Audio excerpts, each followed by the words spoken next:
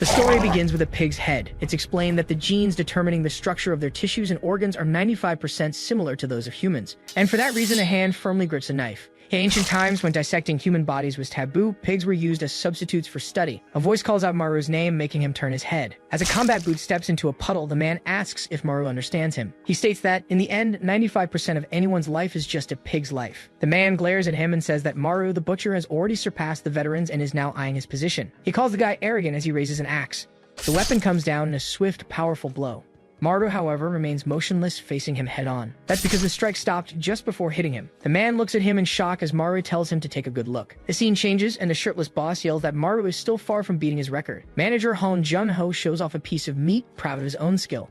Beside him, the employee Maru agrees without interest, continuing his work. With a swift motion, his knife cuts through the meat with precision. Then he slides it between the ribs, separating them perfectly. The boss hugs him from behind, praising his technique, but Maru tells him to stop getting in the way. Ignoring the request, the manager turns and yells for someone named Kim Yang. He calls her again, but she seems to be asleep at her desk. Then he screams her name with all his might, making the girl jump up. The accountant Kim Yang, with her mouth full, questions what this field work is. She waves goodbye and asks them to bring back something tasty. The boss grabs Maru again and asks if he knows how much he cares. Maru reflects that this care means terrible pay, overtime, and no days off. With a passionate expression, the manager says it's all his love for him. He then asks if Maru remembers the test he gave him on his first day to slaughter a pig. The manager recalls promising to pay Maru if he could take down a pig, a task most people would hesitate to do. Just the thought of taking the animal's life would be a huge obstacle. But Maru showed no hesitation and carried out the order without even blinking. In that exact moment, the manager knew one thing. He throws a bucket of water over his own head and declares that Maru was born to be a butcher. Maru complains about being dragged there in the middle of his shift. And to make matters worse, he realizes the boss wants him to scrub his back. The manager tells him to use the strength he used in school fights, but Maru refuses to work without pay. As Maru scrubs his back, the boss understands that he really needs money. Maru confirms with a serious look that he needs a lot of money. The boss then offers a job that might not fix his house, but could pull him out of the cycle of poverty. Maru accepts immediately and asks what he needs to do. And the manager wants to know if he really studied in Japan. With a wide, bright smile, the boss says that's enough and tells him to get ready for the trip. Their destination is revealed as a plane crosses the sky towards Japan. A short time later, Maru gets off the plane and waits at a bus stop in rural Japan. Alone at the bus stop, he realizes he's been left behind.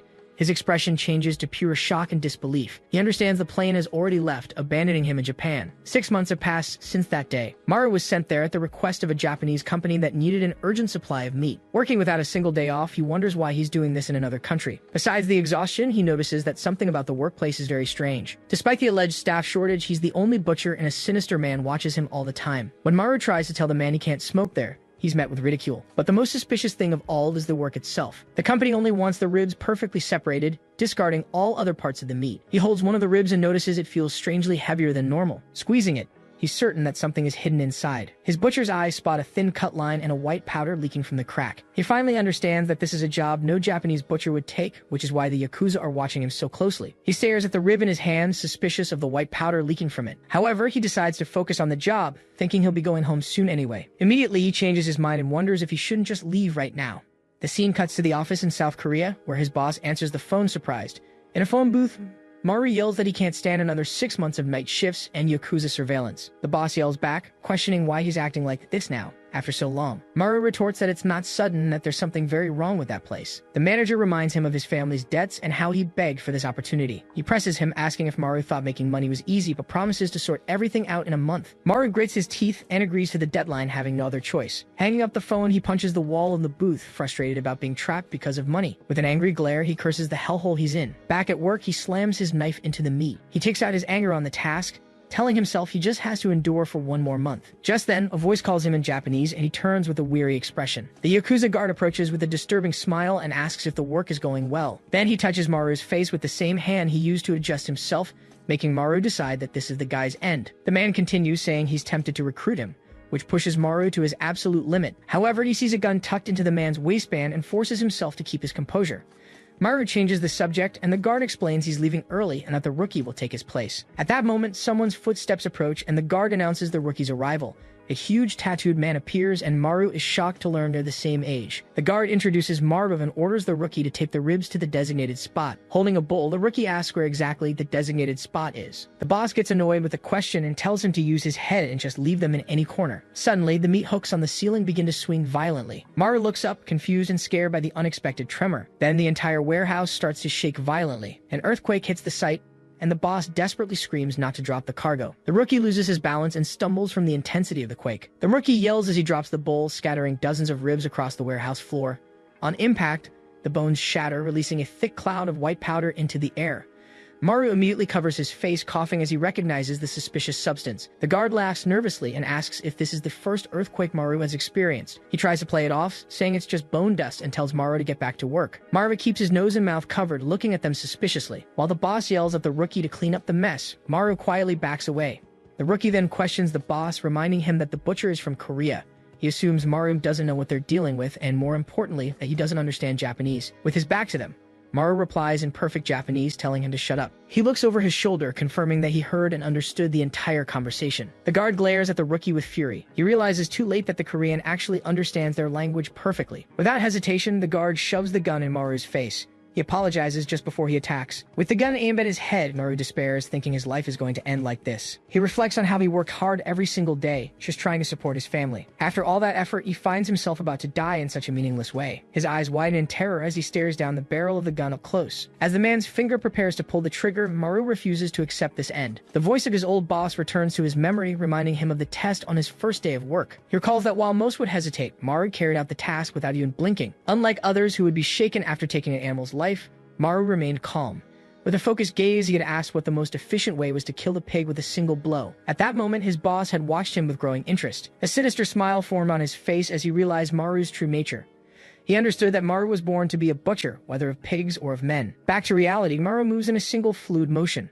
With a cold, determined look, he finally accepts his true identity. He is a butcher. The guard curses the situation, clutching the stump where his hand used to be. Maru reflects that to this day, he has slaughtered countless pigs, animals with 95% similarity to humans. And because of that experience, his eyes focus as he knows one thing very well. He knows exactly where to make the precise cut.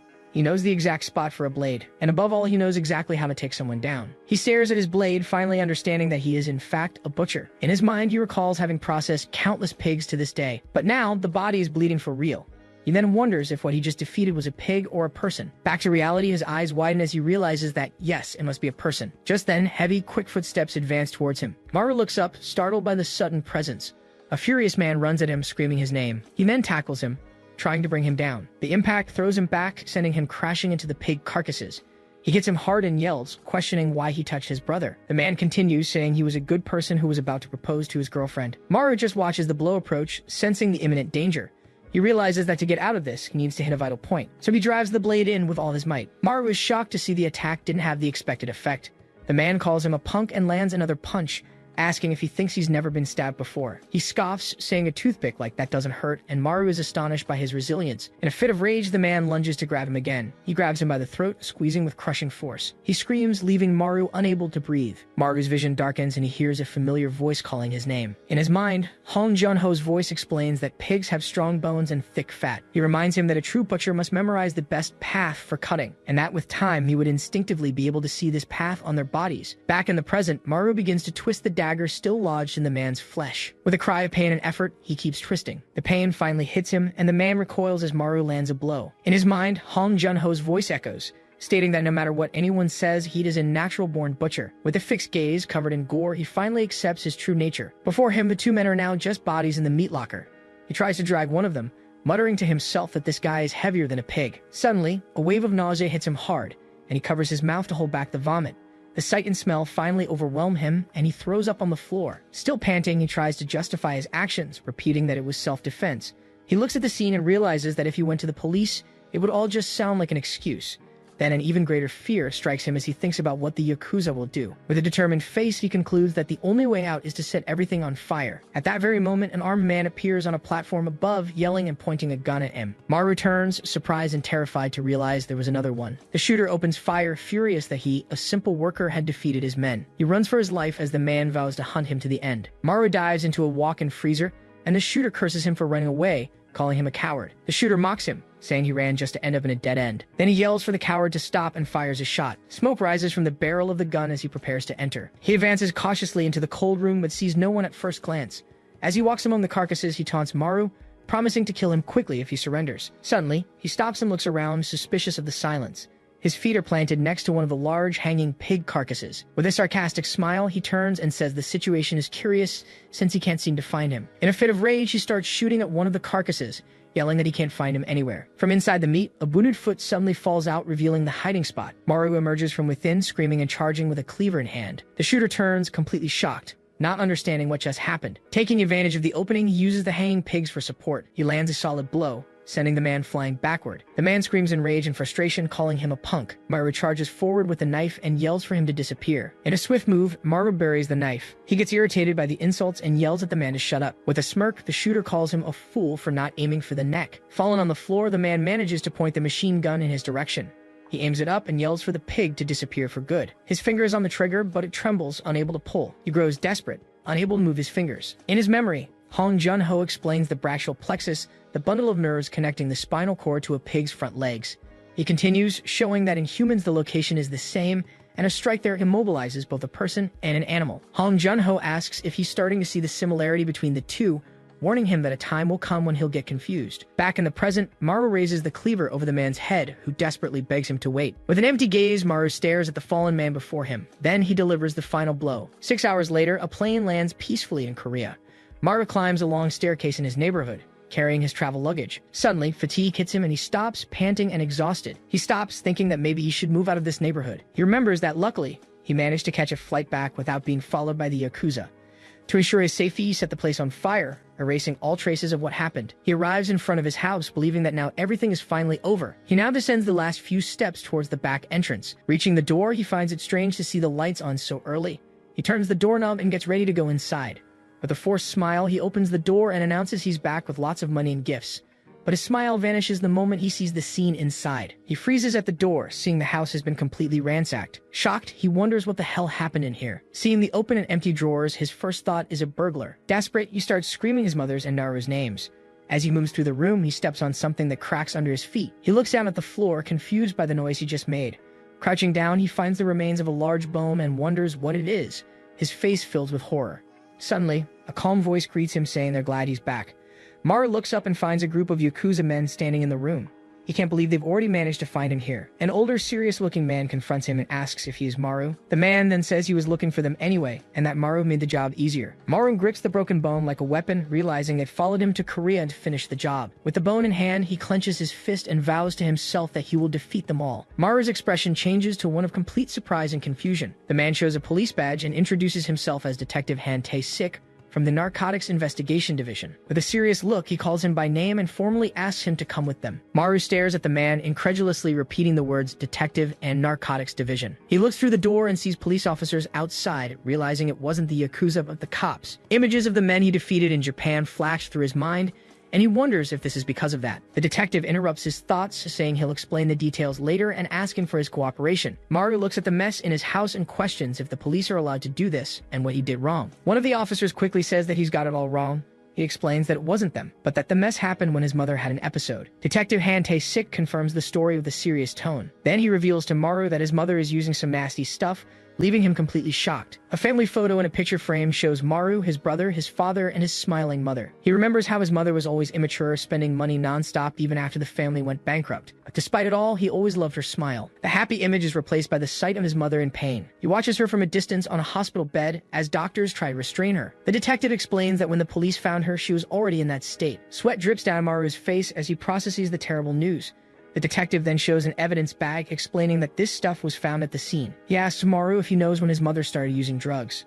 Maru answers that he's not sure, and the detective presses him, wanting to know if he really doesn't know anything. The detective's gaze narrows, suspicious of the evasive answer. He finally says he understands and hands over his business card, asking him to call if he remembers anything. In the hospital hallway, the two officers walk away while Maru stands by his mother's bed. Later, inside a car in the underground parking garage, the situation is tense. Detective Han lights a cigarette. Beside him, his younger partner coughs and cries, choked by the thick smoke. The partner begs him to open the window, but the detective tells him to shut up so he can concentrate. He complains that the car feels like a gas chamber, but Han simply asks why he should be the one to go outside to smoke. The detective puts out his cigarette in a cup full of butts, repeating Maru's name to himself. With a fixed stare, he seems to be connecting the dots on something important about the case. Back at the hospital, Maru watches his unconscious mother in her bed, thinking none of this makes any sense. He reflects that without any information, the Yakuza couldn't have moved faster than him. Then he wonders who would do this to his mother, and just then, his phone rings with manager Hong's name. Answering the call, Hong Jun-ho worriedly asks if he's okay after the fire in Japan. Maru says he's fine but tries to end the call, saying he has work to do. On the other end of the line, Hong insists dramatically that he tell him what's going on. Suddenly, he directly asks if Maru's mother used drugs, leaving him speechless. Hong starts laughing hysterically, and Maru, furious, demands to know what he just said. The scene reveals Hong Jun-ho relaxing while getting skin treatment, and he asks if Maru received the bone marrow well. He continues, mocking the idea that the Yakuza could have found his address. Maru stays silent, wondering what he did wrong to deserve this. Hong reassures him cynically, saying he did nothing wrong. Then he reminds him that he's an elite butcher and that he has a spot saved for him. Maru explodes with rage, shouting about what he did to other people's families. Hong cuts off the shouting with a cold voice, calling his name and making him stop. He then reveals that Maru's sister misses him so much that he decided to pay her a visit at her company. He reminds him that his mother needs rehab and he needs money to live. From the hospital, Maru hears the offer that he can make a lot of money by cutting. Even as he grinds his teeth, Hong invites him to go pick up a nobody with him. He then says goodbye in a cheerful tone, saying they'll talk later. Maru hangs up the phone and stares at his mother, still unconscious on the hospital bed. His hand grips the phone tightly, feeling the weight of the decision he has to make. With his face shrouded by darkness, he accepts his fate, having no other choice. The scene changes to a delivery truck. One of the men scolds his coworker for just standing there and insults him, saying this kind of task suits him better. Suddenly, one of the heavy bags falls from the back of the truck and hits the ground. His coworker sees him standing there and yells at him to pick up the pig that fell. Annoyed, the man picks it up and curses him out. He lifts it into the air, asking if this is how he treats the meat, and threatens to tell manager Hong. The man curses but obeys, hoisting the heavy bag onto his shoulders. Getting out of the truck, he mutters and swears under his breath in frustration. Supervisor Baksilko complains about the heat and the number of packages to load. His colleague Choi Duel tells him to go get the rookie when he's done. Baek gets annoyed and accuses him of treating him badly, but Choi reminds him he lost at rock, paper, scissors. With a provocative smile, Choi suggests he's scared of the rookie. A vein on Baek's forehead pops with anger at being called a pig. He grabs a meat tenderizer and furiously asks who he's calling a pig. Unfazed, Choi pulls out a boning knife. The two weapons clash as they face off. The tension between them is so intense it manifests as a red dragon and a white tiger facing off. Choi taunts him, asking if he's finally mad after being called a pig for so long. The two glare at each other with hatred, ready to continue the fight at any moment. With a sigh, Choi puts his knife away and calls him adorable. He says he's leaving, that Baek can have the truck, certain he'll cause an accident. Later that night, the delivery truck is parked in front of the building. Inside the truck, Baek is sleeping peacefully. Suddenly, a bubble pops, waking him from his trance. A cat appears at the truck window, and Baek asks if it came to cover for Supervisor Choi. He picks up the cat and plays with it, asking if it came for the smell of meat. Then he grumbles, wondering why Choi is taking so long. He goes down the stairs, complaining that Choi probably went to dinner with the rookie without him. Seeing the building door ajar, he assumes they had so much fun they forgot to close it. He walks in, calling for Choi while holding the cat. His eyes widen in shock at the scene he finds inside. The hallway is completely destroyed, with bottles and broken glass scattered across the floor. He approaches a body, cursing at Choi for bringing the rookie here. He asks the rookie where Supervisor Choi is, warning him about Manager Hong. Confused by the lack of response, he leans in for a closer look. He finds Choi. Looking closer, he tries to call his name again. Desperate, he runs a hand through his hair, unable to believe that idiot let this happen. He grips the handle of his mallet, questioning why the rookie would dare point a knife at his superiors. With a manic grin, he warns the rookie that if he keeps up that attitude, he'll be on the floor soon. At that moment, Soma approaches, interrupting his intimidation. Bak comes face to face with Maru, who questions the word superior with a defiant tone. With a cold gaze, he asks coolly if Bak is also from World Livestock. Bak cracks a mocking smile, clearly underestimating the situation. With the sledgehammer on his shoulder, he insults Maru, saying kids these days have no respect for their elders. In an explosive move, he attacks with the knife, aiming for Bak. With a wide, unsettling grin, Bak tells a joke, asking if he knows what you call a strong cow. He answers it himself, sausage, while blocking Maru's attack with a violent swing of his sledgehammer. The impact is so powerful that the blade of Maru's knife shatters. Maru stares at the handle in his hand, shocked that his weapon was destroyed so easily. Baek raises the sledgehammer for another attack, yelling for the rookie to get a grip. Far away, a table is filled with a party cake and several expensive gifts.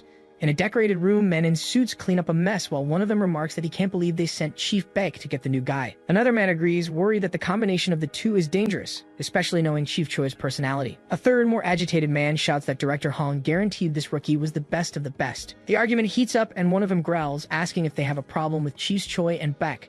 The fight becomes physical and comical, with the men arguing over who is stronger, and whether Baek's jokes are sacred or just plain weird. The man insists that, unlike the others, he has actually seen Chief Baek fight. In a flashback, Chief Baek holds a man by the neck while telling one of his jokes about a cow on fire. He promises to spare the man's life if he gets the answer right, the very moment he became a legend. Back then, he defeated all the bullies and gangsters in the area, becoming the emperor of the region. He was already strong with just his bare hands, but what completed him was something else. It was the hammer that director Hong himself gave him. That was the moment the physically strongest man met the most powerful weapon, and that's why he's called the unstoppable bull, charging forward with a crushing blow. He scoffs, asking how Maru managed to defeat Chief Choi with such pathetic skills. Maru struggles under the pressure of the hammer, acknowledging that Choi was indeed weaker than him. Suddenly, his eyes widen in complete shock. With a crazed smile, Baek raises the hammer to crush him once and for all. The blow misses as he dodges at the last moment. With the hammer stuck in the ground, he gets closer and tells another joke about a cow that knows how to paint. Then he yells the answer Picasso. As he attacks again, Baek yells, annoyed that he isn't laughing, and hits him with a punch, but Maru manages to block the blow with his arm. The impact throws him against the wall, and Baek complains that he doesn't even laugh when his superior tries to lighten the mood. Maru realizes that the more they fight, the faster his opponent gets.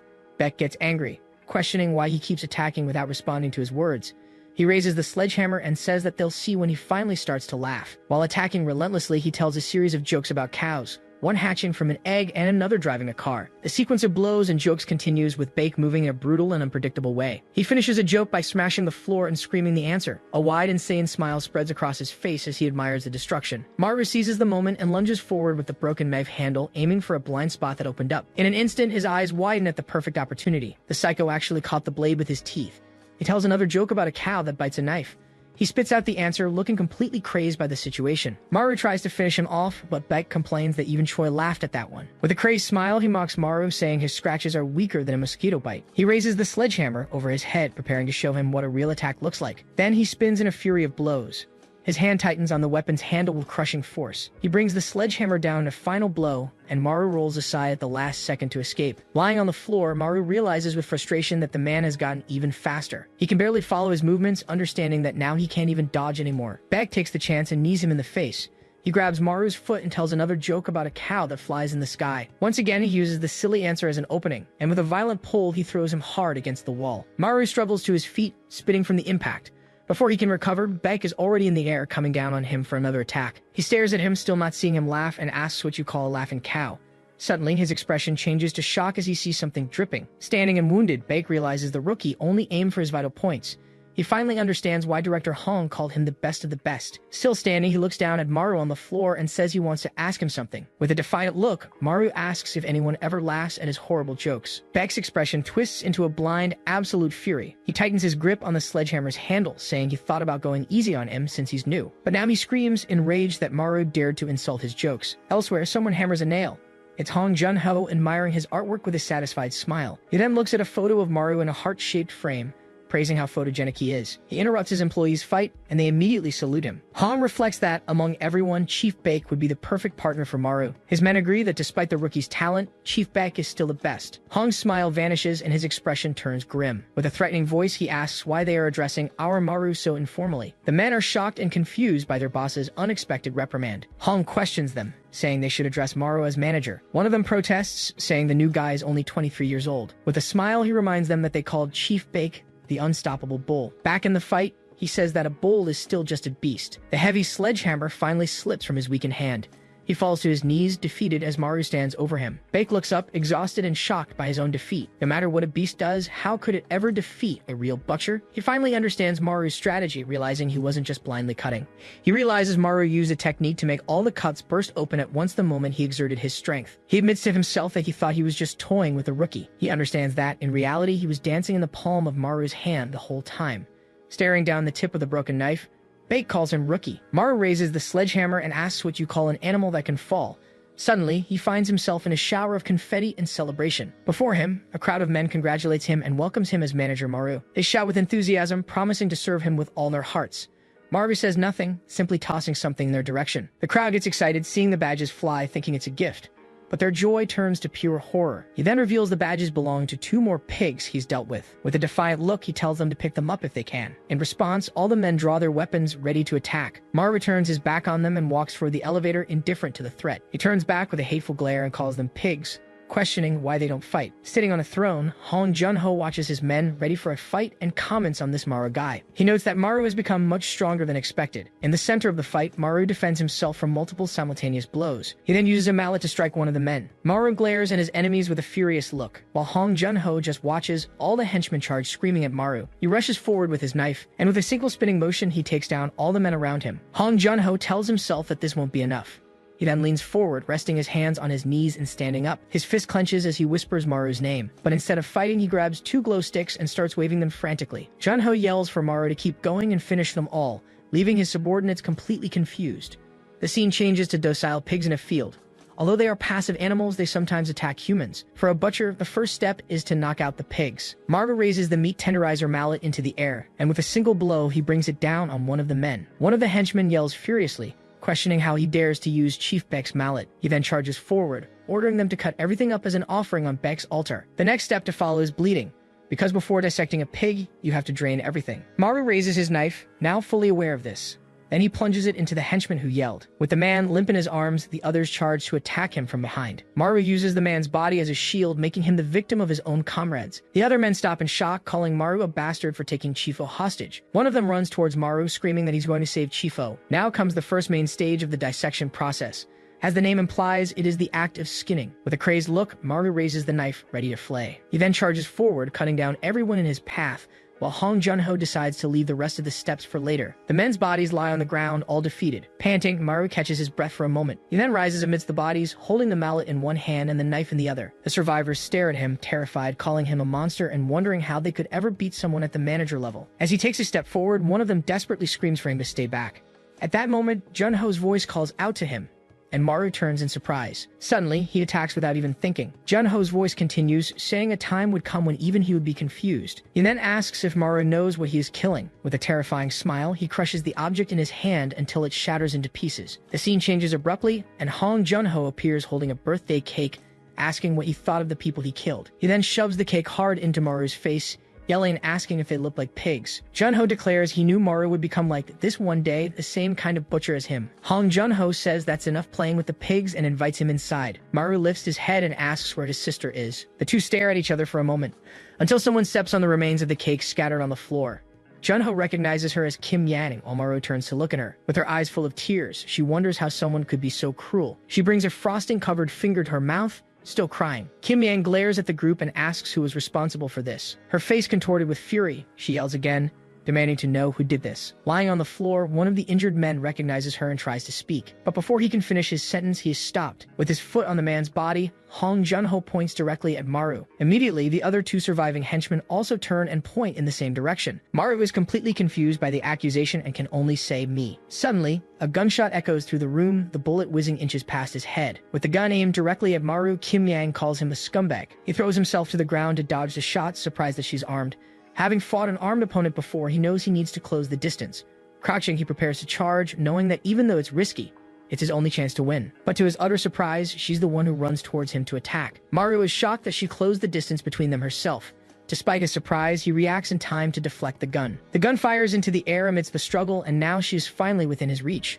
With a focused gaze, he decides he'll end the fight in a single blow. However, she anticipates his move and prepares a kick. The blow lands squarely on his chin, snapping his head back from the impact. He growls in pain, feeling the force of the unexpected kick. Before he can recover, she hits him with a series of punches. He spits, not understanding how this girl can be so strong even in close quarters combat. She continues her furious assault, screaming about avenging her cake while he can't find an opening to defend himself. Hong Junho yells for Maru to be careful, revealing that Kim Yang is the best agent that, in that same instant, she manages to knock him to the ground with a swift blow. Junho finishes his sentence, saying she was trained by North Korea, as she pins him down and points the gun at him. In a flashback, dozens of bodies are scattered across the floor and over the tables. Kim Yang is eating noodles and meat. She sits alone at a table, devouring the food amidst the chaos. Someone slowly approaches the girl. A muscular man with an axe on his shoulder appears, asking which livestock killed the pig he was hunting. He lifts his sunglasses, saying he wants to see the face of the one responsible. His eyes widen in surprise as he takes in the scene. He realizes the little girl isn't a pig, but a human. With her mouth still full, she asks who he is and if he's a soldier from the Southern Army. The man gives a sinister smile and replies that she's a person, but a beggar. He places a soda bottle on his axe and tells her to take her time eating. The girl grabs the drink and keeps eating, prompting the man to comment on her appetite. He suggests she could make a lot of money doing mukbang, and she asks what that is. Realizing she doesn't know, he shows her a video on his phone of a girl eating. He explains it's a way to make money just by eating like that. The girl is shocked at the idea of making money just for eating so much. Her eyes sparkling, she can hardly believe she can earn money for this, as the man offers her a job with even more food. She suddenly stands up, declaring that her revolutionary spirit will never be corrupted by American capitalist ideals. But when he offers unlimited meals and snacks, she immediately swears loyalty and calls him master. She then gathers the rest of the food to clean the area, and he asks her to bring back some ice cream. A week later, Hong Jun-ho reads about a strange explosion in the newspaper and seems intrigued. Suddenly, Kim Yang appears in torn, dirty clothes, and he asks if she was responsible for what's in the paper. He then changes the subject and asks if one of the popsicles she's eating is his. With her mouth full, she pretends not to know what he's talking about and is then formally introduced. The scene cuts back to the fight, with Kim Yang pinning Maru to the ground, aiming at him. With a desperate effort, Maru manages to divert the weapon just as it fires. He uses the force of the movement to throw her aside and break free. Seizing the chance, she lands a powerful kick to his face. The intense fight continues in the background as a fallen cell phone on the floor starts to ring. The call is from his wife, with an encouraging message from his kids on the screen, while the phone's owner stumbles nearby. Lying on the ground, Shifo answers the phone and tells his daughter he's a little busy at work. His face twists in horror as she innocently tells him that she and her mom already ate eel. Desperate, he asks what she means by that, as his daughter explains that her mom is also sleeping over at Grandma's house. He lets out a panicked scream when the girl asks if she's going to get a little brother now. The other two survivors call out to him, telling him to come hide with them. Relieved they're alive, Chifo hears one of them ask enviously if he's going to eat eel again. Hong Jun-ho approaches and says Chifo can go home early, but he begs to work overtime. Through his glasses, Jun-ho carefully watches the fight between Maru and Kim Yang. He thinks that despite the noticeable difference in their levels, it's an interesting matchup. One of the henchmen trapped under his leg asks if Miss Kim Yang will win. Jun-ho laughs and agrees that his Yang fights well, with skills as incredible as the amount of food she eats. The henchmen start cheering, shouting for Kim Yang to finish off Manager Ha. With a dark smile, Hong Jun-ho asks if they know something. He explains that while Kim Yang was trained to be perfect, Maru was already human, even when he knew nothing. He'd only taught Maru a few things because he found him interesting, starting with a lesson on deboning. In a flashback, he demonstrates a precise cut on a carcass, stating that dissection must be done in a single blow. Immediately, Maru replicates the move perfectly and asks if that's how it's done. Shocked, Jun-ho reveals that Maru mastered the technique in just 1 month. He remembers Maru complaining about the difficulty, and how he decided to propose an even greater challenge since he learned so quickly. The challenge was a monstrous creature in chains, a task that would take even a chief-level employee an hour. Jun-ho then unleashes the beast and orders Maru to give it a try. He recalls what he thought about Maru. The boy didn't even take 5 minutes to bring down the creature. At that moment, Jun-ho was certain he had found the perfect butcher he had always been looking for. Back in the present, Maru seizes an opening and manages to disarm Kim Yang, sending the pistol flying. Meanwhile, Jun-ho asks Chief-O if he knows what a butcher is, and he explains that the word means a man with nothing. Jun-ho praises Chief-O's knowledge. In the fight, Kim Yang uses the distance to reach for a knife on her back. Now armed, she knows the fight isn't over until it's over. She then unleashes a series of strikes against the boy. He grips the knife's handle firmly, resisting her force. Then he shoves her back and counterattacks. Kim Yang's eyes widen in shock, unable to believe what she's seeing. She realizes he's copying her moves. Jun-ho comments that it wouldn't be easy for Maru to defeat Kim Yang, as they exchange a series of rapid blows. However, he points out that it's impossible to ignore the fact that Maru is improving by the minute. Maru manages to block one of her attacks with the blade of his own knife, and in the end, the fight comes down to a matter of time. Both prepare for the next move, planting their feet firmly on the ground. The question is whether she can defeat him before he catches up to her, or if he can hold on long enough to surpass her. Jun-ho then turns to his men and asks if they're also curious about the outcome. He gets up, standing on top of them. With a malicious smile, he says he won't let them watch. The men beg to see the end of the fight, but instead, Jun-ho simply crouches down. Right in front of them, a single swing of his axe creates a shockwave that sweeps through the entire hall. He says he's going to show them something even more interesting, leaving Maru, Kim Yang, and his henchmen terrified. With the axe on his shoulder, he calls out to Maru in a serious tone. Then, with a challenging smile, he invites him to face him. Gritting her teeth, Kim Yang asks if the old man is messing with her. Pointing her knife, she calls him a traitor for hurting her pride. Holding a card, he says he first needs to go to a luxury buffet that closes in an hour. Then he throws a golden card into the air and tells her to run, and she desperately scrambles to catch it. Jun-ho watches her, calling her crazy for trying to do this just because a cake fell. He turns to Maru with a sinister smile, saying their time has finally come. Maru leaps into the air with his knife, shouting and demanding to know where his brother is. Maru's expression turns to pure shock and confusion. Jun-ho effortlessly blocks the attack with his axe, sending Maru flying backward. Maru wonders what that man's true strength is. Hong Jun-ho approaches and says that from now on, they need to fight with everything they've got. Maru's eyes widen in high alert. A white line cuts through the air, and Maru feels as if he's been split in two. He freezes, feeling the cut without even being touched, and whispers Chief Hong's name. Jun-ho warns him that if he lets his guard down, he's done for, leaving Maru even more shocked by his power. Maru begins to remember when he was 21 years old. After his father's death, he had to become the head of the family. Because of that, he had to work at World Livestock to survive. The work was tough, but honestly, it wasn't so bad. He remembers Hong Jun-ho teaching him the tricks of the trade, because there was someone there who treated him like his own son. Maru trusted him, but then he saw his mother in a hospital bed and wondered why. He screams in desperation, demanding to know why it happened. He furiously attacks Junho, screaming and asking why he did that to him. Junho blocks the blow with ease, yet Maru demands he tell him the reason. He then strikes with the axe, reminding him to keep his movements simple. Junho explains that the bigger the movement, the bigger the opening, and Maru thinks he's found an opportunity. With his knife raised, he prepares to strike, certain this is his chance. But Junho just flicks him on the forehead, teaching him to tell a real opening from a fake one. With his forehead marked, Maru realizes that attacking Chief Hong's openings just doesn't work. Maru wonders what to do if attacking the openings doesn't work, considering slicing him up bit by bit. He also considers charging in and ending it all at once like he did with the supervisor in glasses. However, he remembers the fight against Kim Yang and realizes he needs to approach this differently. With a wide, unnerving smile, Hong Junho approaches and asks what Maru is thinking about. He warns him not to daydream in the middle of fight. Junho scolds him for letting his guard down, reminding him that it could end badly. As Maru retreats, Junho hits him with the handle of the axe and criticizes him for dodging in a straight line. He explains that this is what happens when your movements are obvious, and Maru desperately tries to grab the axe. Junho easily stops him, throwing him far away. He then knocks Maru down with a blow from the axe, questioning what he learned in his training. Enraged, Maru charges forward screaming, ready to attack again. The henchmen watch in awe, commenting that the boss could have ended the fight but was just playing with him. Shifo says they don't understand, thinking Junho was trying to finish him off in an even crueler way. The other men agree, calling the boss a monster and a beast, while Shifo tries to say that's not what he meant. He then reveals the truth, explaining that Maru is just keeping up with the boss's pace. Shifo declares that Manager Maru is the real monster as Junho blocks his attack and advises him to aim a little lower. Maru grinds his teeth in frustration, feeling the power gap. He charges again, shouting for Junho to fight seriously, while Shifo claims they are witnessing the birth of a monster. Junho laughs and blocks the blows with ease, saying that if Maru wants a real fight, he needs to come at him with everything he's got. As Maru keeps improving with each attack, Junho points out that he's still missing something. He then uses the weight of the axe to overpower Maru's knife, explaining that its size gives him an advantage in a direct clash. Maru can barely move under the pressure, while Junho taunts him, saying he's not even using his full strength yet. He falls to his knees, exhausted, and Junho asks if he's been eating properly to have so little strength. With the axe pressed against Maru, he questions if the kid really thinks he can do anything with that kind of effort. Under the pressure, the blade of Maru's knife shatters. Junho then smashes the ground beside him with the axe, ordering him to get up, because humans don't crawl like animals. He stares at the broken knife, and Junho asks if he's going to cry over a broken sword. Since things have come to this, Junho suggests they fight barehanded. Seeing another knife, he jumps to grab it until his boss asks if fighting without a weapon scares him. Junho concludes that Maru really does need a sword as he picks up a table. As Junho throws the table at him, Maru screams that he won't just stand there and watch. He then leaps, screaming and ready to attack, but Junho just seems annoyed by the situation. At the last second, Junho bends down to tie his shoelace, leaving Maru completely shocked as he stops his attack. He then grabs Maru's ankle, scolding him for running with his shoelaces untied. With a single motion, he throws him into the air, saying you have to take care of the basics. Junho hits him in midair with the side of his axe, looking genuinely frustrated. As Maru falls, Junho yells, asking how he's going to live without him. Maru's body slams into the ground.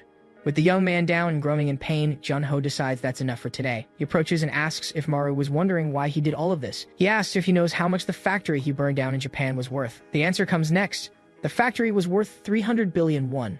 Junho then questions if he thinks he can handle the Japanese who will now come after him. In the end, Maru will need to find a way to settle things that is acceptable to them. Then he brings up Maru's mother because she is proof of the punishment he deserves. Junho then points to the bodies on the floor, saying this whole mess proves Maru's ability to pay the money back. He holds his sunglasses and calls Maru by his name. With a smile, he extends his hand and invites him to work with him. He says that while 300 billion is a lot of money, Maru can earn even more if he works with him, as everything is already set up. Junho then turns and walks away, telling Maru to get back to work as soon as he recovers. Lying on the floor, Maru wonders why all of this happened. He thinks that if there was a reason for everything, Junho could have just explained the situation. Hearing the question, Junho turns around and says the answer to that is obvious.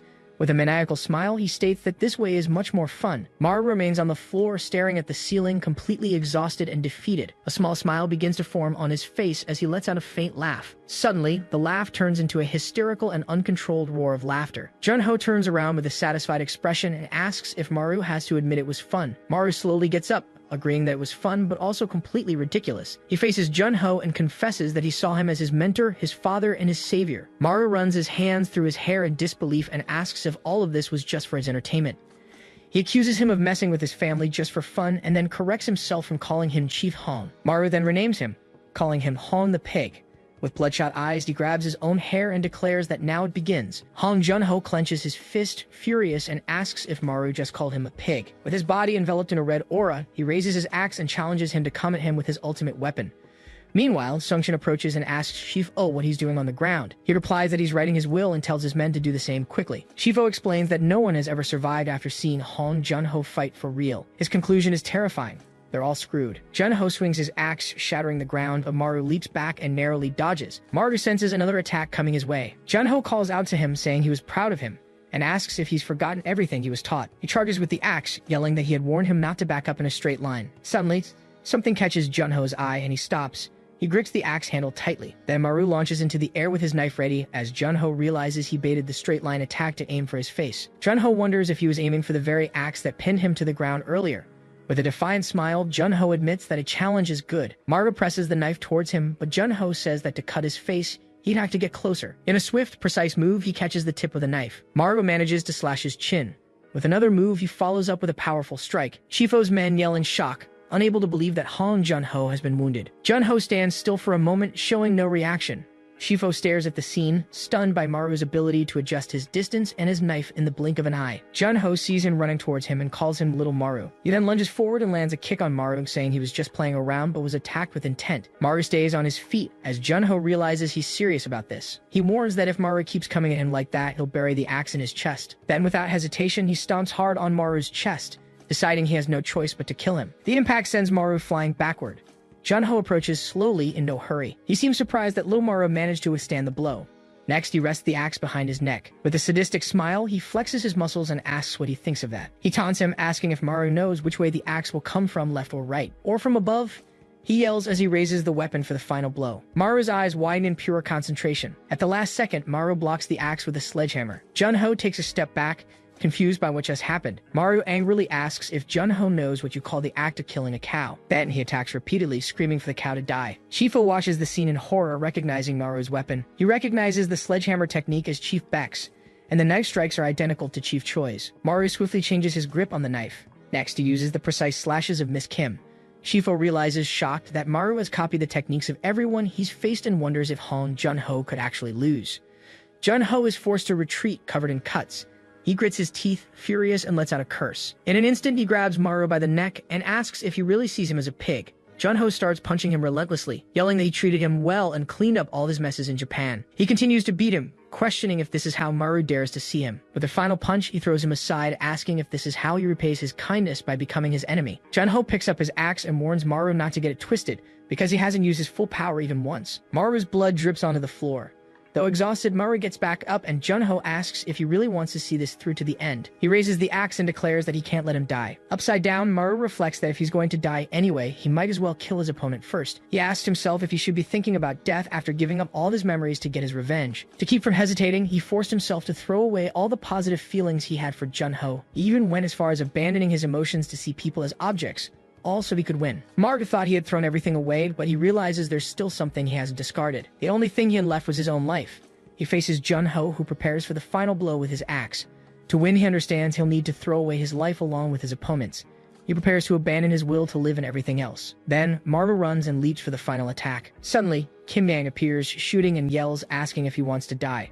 Furious, she declares she's going to stir up a real hornet's nest. Her eyes widen in pure shock as she sees something. The gun slips from her hand and falls to the ground. Hong Junho turns with a smile and asks if the little lady has finally arrived. Junho throws a key on the ground and tells Kim Yang that she'll find a safe in his office. He reveals that all of her contracts are inside, leaving her completely stunned. He then tells her that half of everything in there is his retirement money, and he instructs her to give the other half to Maru before falling backward lifeless. Maru stands over the body, calling out to him in a low voice.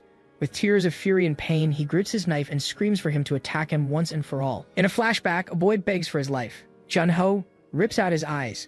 This is the story of a man who sits on a pile of bodies. A man who lived as the king of a pigsty, eating desperately. This breeding ground, called the pigsty, raised humans like pigs in a special way. First, to push them to the extreme, they kept them hungry. They withheld food to bring them to the brink of starvation, as hunger made them violent. The hunger was so intense it turned anyone into a beast. Then they would give them food one last time and watch. A desperate hand sinks into the sludge of food. The system was simple. Watch the only pig that survived this hell, and see how he gets all the food for himself. But no matter how much a pig runs, in the end, it's just a pig. And it would be tamed with even stronger violence, like the repeated sessions of starvation, a brutal and hideous violence that shaped the man he became. Only a few pigs survived the harsh selection, protecting their food with their own lives. Then these selected pigs are sent on missions. He approaches a mob boss and asks if he is the Sea of Blood of Mappo, leaving the man surprised. In the blink of an eye, he stabs the man. The fate of these pigs is sealed from the beginning. The boss's henchmen stare at him, shocked and furious. They are raised to fight and, in the end, to be slaughtered. But sometimes something different happens. The pig that was supposed to be slaughtered returns alive. Even when they return, they are met with a gesture of contempt. The pig doesn't become human again. It just returns to its cage. He sits alone in his cell, reaffirming to himself that he's a pig. He believes he must live and die like a pig, but fate wouldn't allow it. He was sent to his death countless times, but he always came back alive. And as he kept surviving, a new thought began to emerge. A question started to echo in his mind. He would look at the pile and wonder if he was hunting humans or pigs. And as always, he played his part now, wearing a suit and carrying his axe. One day, upon returning, he was met by a group of men who commented on his arrival. The man with glasses introduced him to a woman, saying this was the pig he had been talking about. Faced with Junho's indifference, the man became visibly irritated. He struck him with a baton, yelling about how a mere pig dared to ignore him in front of the others. Junho's eyes filled with fury as he realized the hypocrisy of the one who raised them like animals. The man apologized to the president, saying the guy was skilled but had no manners. Suddenly, she slaps him, scolding him for interrupting their discussion. She stares at him and states that he isn't a human either, but a pig, leaving him speechless. At that moment, Junho realized that if he was no different from an animal, then he would take the reins of his own destiny. He stood up and advanced on the man. The others tried to stop him, shouting that he couldn't touch that person. But he raised his axe and furiously declared that he would become the king of pigs. The president watches him, surprised by his audacity. Without hesitation, he buries the axe in the man. The man falls to the ground, finished. Junho takes the sunglasses from the corpse. He puts them on and tells her that if she wants to use animals, she'd better use the best there is. She stares at him with a serious, indecipherable expression. With a subtle smile, she agrees to give him a chance. And that's how his kingdom was born, an empire of butchers. His life was all about raising and training pigs. During these monotonous days, he met Yang, and he also met Maru. As he spent time with them, he began to dream of a day when he too could live like a human being. But this hope was cut short by a cruel order, questioning what dispose of meant. He yelled into the phone, furious, asking why he should dispose of them after cleaning up Maru's mess and making a deal with the Japanese. The president's voice sounds cold and final, stating that they have done well so far. She warns him that if he doesn't dispose of them, he will be disposed of along with them. Then she threatens him, asking if he'd rather be sent back to the pigsty. With a clenched fist, he reaffirms to himself that he is a pig. And for a pig, orders are absolute, but even so, he still wanted to save Maru. He thought that if he brought Maru into the underworld, the president would change her mind. But everything changed when Maru himself began to see him as a pig and that he could not bear. Being seen that way by him was unacceptable. He admits he thought about killing him as ordered. However, in the end, he just couldn't kill him. He saw the difference between a pig living without purpose and a human risking their life to protect what's important. And seeing Maru that way, he felt ashamed of himself. In that moment, he wished to become a human. He wanted to be seen as a human. He leans in and tells Maru to look. With a fatal wound in his chest, he asks if, in the end, he is a human. With a smile of acceptance, he tells Maru that he must live like a human until the very end. This is the story of the king of the pigsty. The story of a man who died as a human being. A shadow falls over Junho's body. Choi Ki-jong kneels beside him in laments, saying he wishes he had been the one to kill him. He is the senior managing director of world security, an imposing and somber figure. He forces Junho's eye open. Ki-jong holds his eye and declares he's taking back what was stolen from him. He steps away from the body, coldly wishing him to rest in peace. On the phone, he confirms the situation to President Yu. He reports that Junho is dead and that the safe under his responsibility has disappeared. Facing an army of men, he reassures her, telling her not to worry. As a van drives down a dark, rainy road, Ki-jong concludes that it doesn't matter where Junho's killer runs.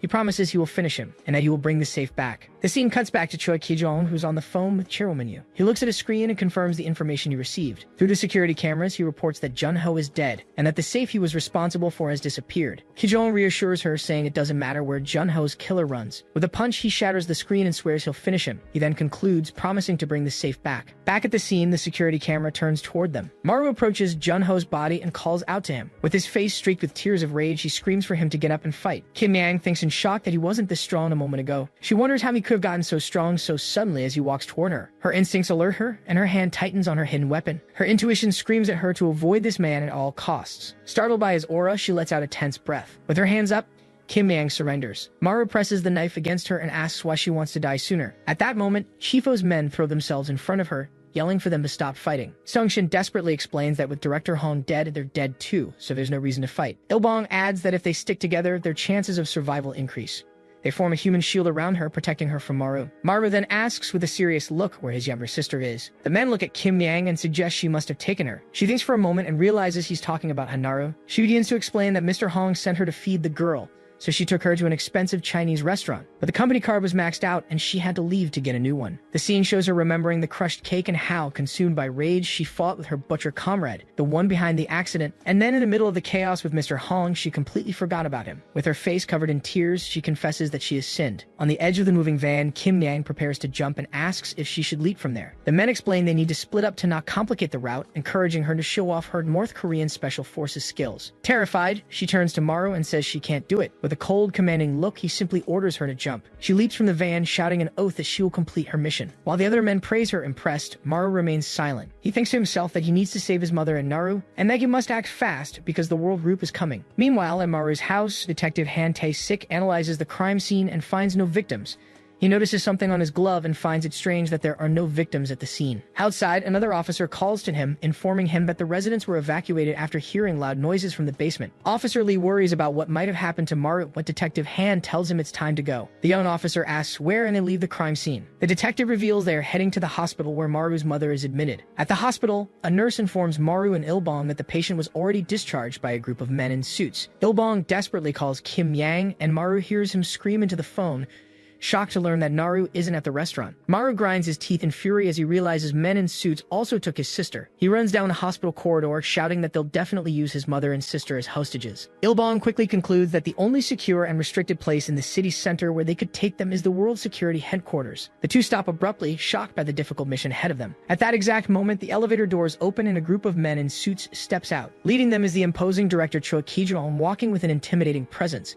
With a smirk, he says he didn't expect to run into him like this. The person he's speaking to is Detective Han Tae-sik, who glares at him seriously. Ki-jong taunts him about constantly changing partners, and the detective retorts about how he got his promotion. Han then asks what a gangster like him is doing in a hospital, and Ki-jong replies that he just came for a visit. As he walks past, Ki-jong advises him to take good care of the people around him. The detective watches him walk away, muttering that it was a waste of time and that he should worry about himself. Suddenly, one of his men runs toward him, shouting that there's a huge problem. Panicking tries to warn that Maru just got back to the hospital room and that he left him. Ki-jong silences him with a gesture, showing he's already aware of the situation. He bites his own lip to stifle a scream as Ki-jong warns him about the detective's presence. With a muffled scream, the man writhes in pain, learning the hard way not to speak carelessly. The detective then turns to Ki-jong and says that instead of worrying about others, he should take care of his own subordinates. He threatens him, saying the next visit will be to his coffin, and that he'll make a generous donation. Intrigued, Ki-jong wonders how Maru managed to move faster than them, and suspects he might have helped. Meanwhile, Maru and Ilbong come across a man who greets them. A tall, well-dressed man approaches, saying he was waiting for them. He invites them into the car so they can talk. Maru glares at him, suspicious of the sudden appearance of another man in a suit. Driven by rage, he lunges forward and asks if he's the one who took his mother and sister. The man calmly confirms it, and Maru's eyes fill with fury. Surprisingly, the man bows, apologizing for his rudeness. He then gestures toward the car where a woman is seated. He explains that the chairwoman will clarify all the details. The woman introduces herself as Shim Yoon-young, the president of the Charlotte Hotel, and greets Maru. Sitting elegantly in the car, the woman greets Maru. She says it's an honor to finally meet him. She then introduces herself as Shin Yoon-young, the president of the Charlotte Hotel. Maru angrily interrupts her, demanding to know where his family is. Suddenly, another door opens and Sung-shin steps out, saying everything will be explained. Maru and Ilbong look back, completely shocked by his appearance. Ilbong asks, surprised, why they're coming from there, and Sung-shin simply greets him as manager. He explains that they acted as soon as they received information that the World Group had started to move, and in response, forces hostile to the group asked Charlotte for help. Sung-shin apologizes for the surprise, but Maru confronts him for taking his family without permission. With eyes full of fury, he asks how they are any different from the World Group. Sung-shin quickly asks him to look closely at the tablet. He shows that the World Group's tracking team has just arrived at the hospital, stating that if it weren't for Charlotte, his family would have already been found. Maru stares at the screen, silently processing the information. His gaze shifts to Sung-shin, still suspicious of the situation. Shin Yoon-young invites Maru to get in the car. With a subtle smile, she promises they will take him to his family. The Charlotte Group operates in the pharmaceutical, petrochemical, hotel, and financial sectors. Meanwhile, the World Group focuses on the defense, trade, distribution, construction, and security industries. Although both presented themselves as major corporations, behind the scenes, they were locked in a fierce battle. A single man with his overwhelming brute force put an end to this long war. As a result, the Charlotte Group was defeated and split into two factions. Those who wanted to hand over the group to the World Group, and those who, like her, wanted to protect and maintain what was left. Maru, impatient, asks what this has to do with him and tells her to get to the point. Ilbong intervenes, pointing out that despite Director Hong's death, the World Group still holds overwhelming power. Yoon-young explains that even though he killed the director, it would be nearly impossible to protect his family and escape the group alone. She says that with Charlotte's wealth and information power, they can help him succeed. She looks at him, about to make a proposal. Maru looks back at her, visibly confused by the direction of the conversation. Suddenly, a van violently collides with the car they're in. The luxury car's driver loses control of the steering wheel from the impact. The convoy of vehicles skids dangerously on the road. In the back of the van, the men are thrown against each other by the force of the crash. The luxury car is thrown to the other side of the road. After the collision, the vehicles come to a stop in opposite positions on the road. Shin Yunyang opens her eyes, feeling the pain from the accident. She realizes that Maru protected her with his own body during the impact. He then lets her go and asks if she's okay. Maru looks outside, and when he asks if it was the World Group's men, she denies it. She explains that because Charlotte is divided, her older brother, Shim Yeonyu, is trying to kill her to hand over the group, and she believes he's the one who sent the troops approaching them on the road. With her hand on his face, she proposes a deal. The Charlotte group will protect his family from the World Group. In return, she asks him to act as her sword for a while. Maru stares at her in silence, weighing the proposal. He then turns to the car door and says she'll have to prove it to him. Maru challenges her to prove she has the power to protect his family, and then he promises he will become her sword. Meanwhile, elsewhere, director Choi Ki-jong gets out of a car. He comments on the procession as he approaches the location. As he heads towards the stairs of a large temple, he notes that the place has been grandly prepared to receive him. He then orders the gates to be opened. Inside, a funeral is being held for Hong Jun-ho. A long line of men in suits are paying their respects. A woman with her face in the shadows greets him, and he bows in respect. She is Yu Dame, the president of the World Group, and she asks about those responsible for Director Hong's death. Kijong reports that one of them escaped, but they found the other one. The scene cuts to Kim Yang, who worries that her comrade won't leave her alone. She laments not having money for food, thinking her butcher comrade would have rescued her if the mission had failed. In reality, she's at a Chinese restaurant where the employees are terrified. She is surrounded by an army of men in suits and realizes she has no choice but to fight. With her eyes shadowed, Kim Yang faces her captors and calls them my sweet South Korean comrades. Then, with a mocking smile, she asks how much money they have. Meanwhile, on the road, Maru gets out of the car and faces the approaching group of men alone. Their leader, Jo Byung-ho, promises his men promotions and then questions why an anchovy like Maru is there. He pulls out a knife and orders his men to clean up the mess. They surround Maru, mocking him and asking if he's Shim Yunyang's lover. One of them approaches to taunt him, but is taken down. Maru then moves quickly, taking out other men around him. He wonders if it has always been this easy. With a precise strike, he finishes another and begins to understand something. He's finally realizing the true strength of the people he's faced so far. Maru pauses for a moment, surrounded by fallen bodies, understanding the power gap. The leader, Joe, terrified, pulls out a long knife and yells, asking who the hell he is. He lunges forward in a desperate attack, demanding an answer. In a swift move, his hand is shattered. The leader, Jo Byung-ho, screams in pain and shock, looking at his hand. But then his other hand is struck. Clutching his hand, the leader curses him. Maru turns to him, preparing for the final blow. With a swift movement, he silences the leader. And then, with a precise cut, he finally finishes his opponent. Shin Yunyang approaches him from behind.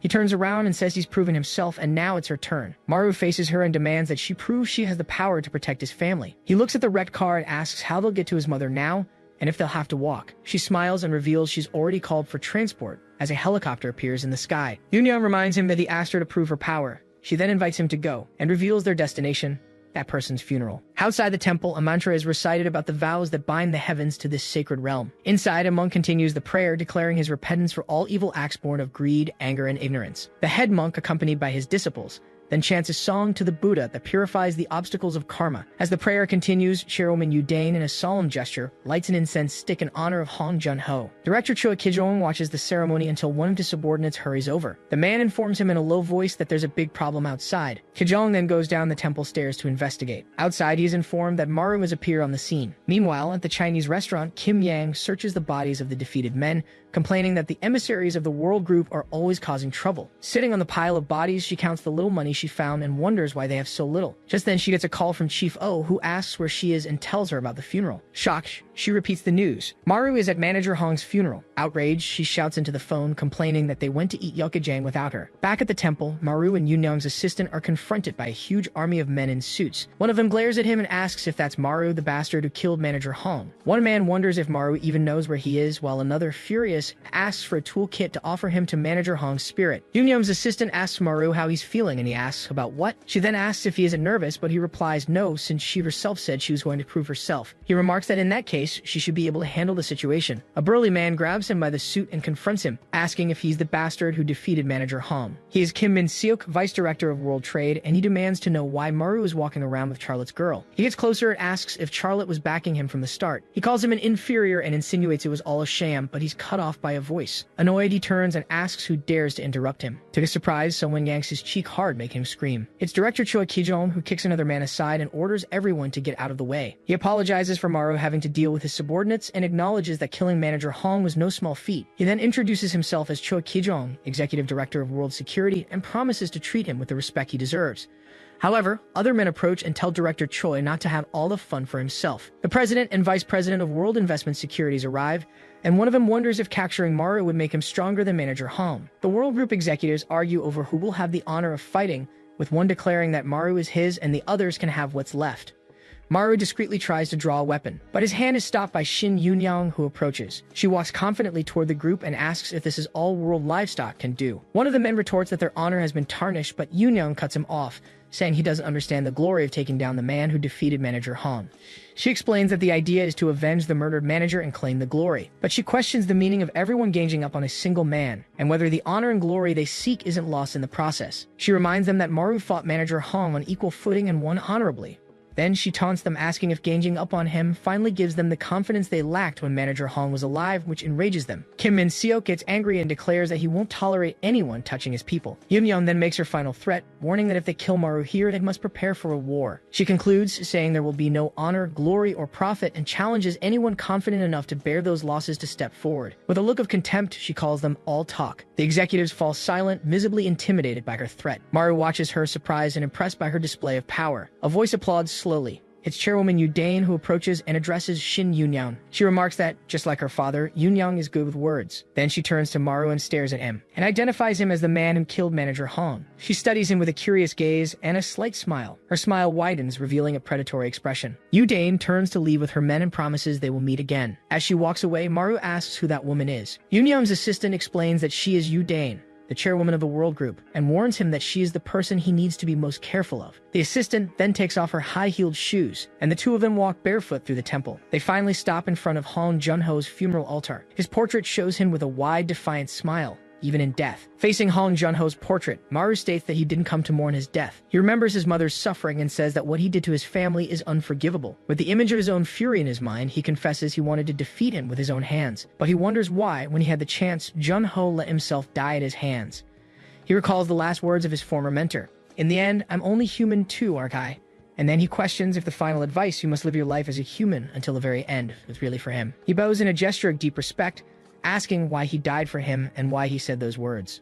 Maru acknowledges that he might not know the answer now, but he believes that if he can survive, one day he will find what he's looking for. He asks Junho not to worry. He stands up with a new determination and vows that with everything he learned from him, he will defeat everyone and survive. Outside the temple, Shin Yunyang calls out to him. With the wind blowing through her hair, she declares that from the moment he walks through that door, he will beat her sword. Maru shows a faint smile of acceptance. He and Yunyang's assistant then walk away from the temple, under the light of the rising sun. The helicopter blades spin rapidly, preparing for departure. From the temple courtyard, Director Choi Ki-jong watches the aircraft take off. With a cigarette between his lips, he murmurs Maru's name. He flicks the cigarette away and adds Shin Yunyang's name to his list. As the cigarette falls, he runs a hand through his hair. With a smile, he declares that things are about to get interesting. The imposing facade of the Hotel Charlotte rises in Seoul. A week later, Shin Yunyang walks through the lobby as the staff bows in reverence. A subordinate hurries over, saying there's a big problem with those people. He explains that they're trying to break into the safe again.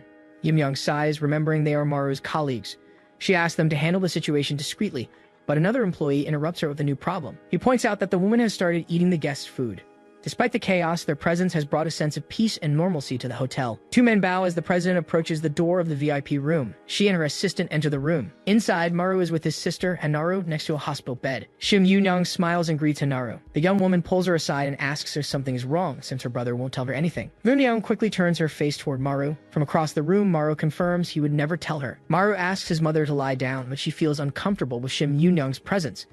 Yunyang approaches Hanaru and reassures her, promising to do her best to help. Their mother thanks her and asks her to please take care of her son. Yunyang holds her hand and tells her not to worry, as Maru has been a great help. Suddenly, the assistant enters the room, warning that there is a huge problem. She sighs and asks who caused trouble this time. Her expression changes completely upon hearing the answer. The man reveals that Vice President Shim Young-yu, her brother, has arrived at the hotel. Meanwhile, outside a police station, Detective Han Tae-sik stands before an investigation board confirming the death of manager Hong. He recalls that Hong was the main suspect in the distribution of ribs. The investigation also revealed a burned-down Japanese facility and a missing witness. Now, members of the World Organization are looking for a man. The detective stares at Maru's photo in the center of the board, questioning his role in all of this. At that moment, another detective runs into the room, saying he has new information. The younger detective shows a photo on his phone and reveals they've identified the woman with Maru. Han Tae-sik reacts with surprise upon learning it is Shim Yoon-yeon, the president of the Hotel Charlotte. Back in the hotel room, Yoon-yeon faces the situation, furious at her brother's actions. He turns around with a woman in his lap and notices his sister's presence. They watch Eun-yu at a table with other women, demanding the president serve him a drink. Maru leans forward and coldly asks if he should end this. She stops him, grabbing a bottle of wine and asserting her authority as president. With a smile, she decides that since the vice president wishes it, she will serve him a drink herself. The red wine begins to pour from the neck of the bottle. She pours the entire contents over her brother's head, sarcastically asking if it tastes good. Yoon-yeon continues to pour the drink with a smile on her face. She states that she turned a blind eye when he submitted to the World Organization, and now she confronts him for openly mingling with their dogs. Sitting on a nearby sofa, Executive Director Choi Ki-jong takes a sip of his drink and calls her rude. Yoon-yeon places the bottle on the table, saying she understands his bitterness since their father intended to pass the group on to her. She confronts him for coveting the president's position and bringing enemies inside while their father is still alive. With disdain, she asks if he can no longer distinguish right from wrong. She then states this is exactly why their father named her his successor. Her brother, Shim Yeon-yu, mutters her name, his face dripping with wine. Suddenly, he licks his lips and says the wine is delicious, a waste to drink alone. He turns and offers the drink to one of the women beside him. Then he grabs her and tries to force her to drink from the bottle. Yoon-yeon watches without expression as her brother shouts that his order must be obeyed without question. Suddenly, he hurls the bottle, which shatters against the wall. He approaches and accuses her of already seeing herself as the president just because of their father's appointment. With a smirk, he reminds her that their father is in a vegetative state and she can't inherit a thing until he's gone. Yoon-yeon smiles subtly and advises him to fight all he wants, but to always be careful. She glares at him and warns that no matter what he's planning, she can do the same to him. Shim Yoon-yu points at his sister with a mocking laugh. From the sofa, director Choi Ki-jong lets out an exaggerated laugh. He sarcastically comments on how moving it is to see the siblings getting along so well. Yoon-young smiles and tells President Yu Dane's dog to stay out of it, as this is a Charlotte group matter. Angrily, Choi Ki-jong crushes the glass in his hand. With a dark expression, he corrects her, emphasizing the title Madam President Yu Dane. He approaches and says that the young president seems to have no manners. The moment he raises his hand, a blade appears in its path. Maru intercepts the blow, protecting Yoon-yeon. He turns to Choi Ki-jong and tells him to leave.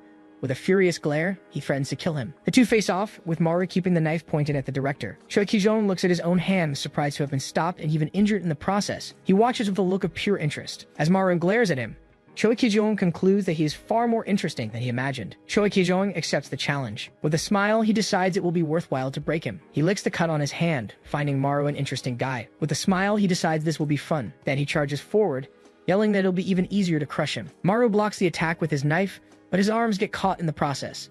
He looks at his own wounds, not understanding how he was hit. Choi Ki-jong taunts him, telling him to show off the skills he learned from Juno. Maru realizes, shocked, that he was cut by the director's bare hands. He remembers Han Jun-ho's monstrous strength. He knows Choi's strength is great, but it doesn't compare to his master's. With a quick spin, he adjusts the knife in his hand.